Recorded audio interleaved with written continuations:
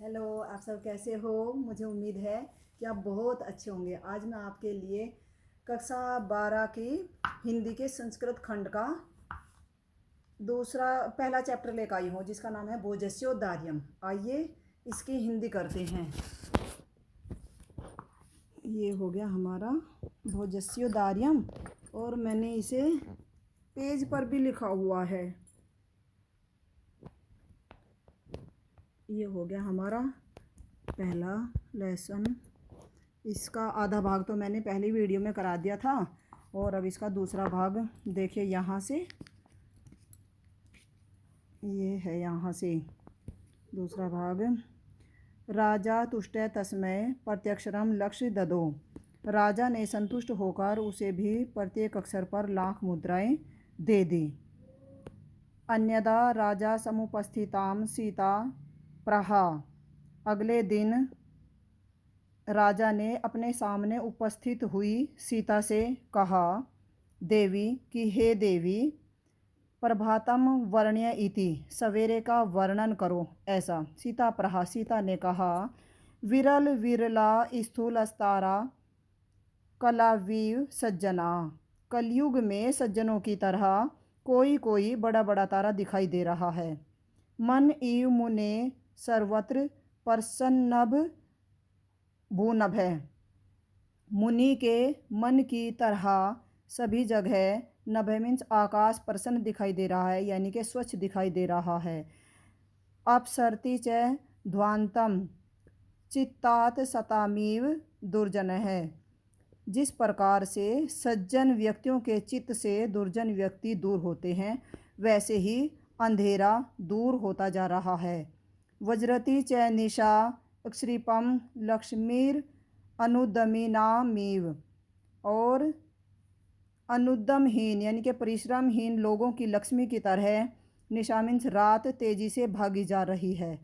राजा तस्यै लक्ष्यम दत्वा कालिदासम प्रहा। राजा ने उसे भी लाख मुद्राएं देकर कालिदास से कहा, सखे त्वम अपि प्रभातम वर्ण्य इति। हे मित्र, तुम भी सवेरे का वर्णन करो ऐसे। ततः कालिदास प्रहा, फिर कालिदास ने कहा, अभूत प्राची पिंगा रसपति प्राप्य कनकम। कनक मीन्स होता है सोना। सोने को प्राप्त करके पूर्व दिशा भी, प्राची मीन्स पूर्व दिशा, पूर्व दिशा भी पिंगा मीन्स पीले रंग की, यानी कि रसपति पारे की तरह पीले रंग की हो गई है। गतश्छायाश्चंद्रो चंद्रो बुद्धजन इव ग्राम्य सदसी। ग्राम्य सदसी, गंवारों की सभा में विद्वान लोगों की तरह चंद्रमा भी कांतिहीन यानी कि छायाहीन यानी कि कांतिहीन हो रहा है। अक्षणम अक्षीणस्तारा नरपत्य इवानुद्दमपरा। और उद्यमहीन राजाओं की तरह तारे भी क्षण भर में क्षीण हो रहे हैं, यानी कि नष्ट हो रहे हैं। न दीपा राजंते दर्वित रहितन नामी विगुणः।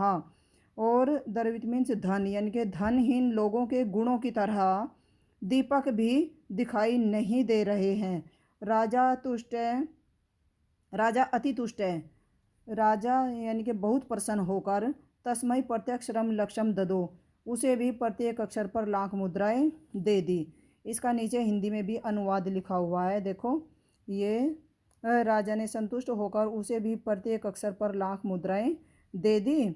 अगले दिन राजा ने अपने सामने उपस्थित हुई सीता से कहा कि हे देवी, सवेरे का वर्णन करो। सीता ने कहा, कलयुग में सज्जन लोगों की तरह कोई कोई बड़ा बड़ा तारा दिखाई दे रहा है। मुनि के मन की तरह सभी जगह आकाश स्वच्छ दिखाई दे रहा है। जिस प्रकार सज्जन लोगों के चित्त से दुर्जन व्यक्ति दूर होते हैं, उसी प्रकार अंधेरा दूर हो रहा है। और पश्चिम परिश्रमहीन लोगों की तरह लक्ष्मी परिश्रमहीन लोगों की, ये हीन गलत लिखा गया है, कहाँ है ये रहा। परिश्रमहीन लोगों की लक्ष्मी की तरह रात तेजी से भागी जा रही है।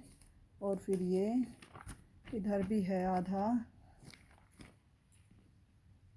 राजा ने उसे भी लाख मुद्राएं देकर कालिदास से कहा कि हे मित्र, तुम भी सवेरे का वर्णन करो।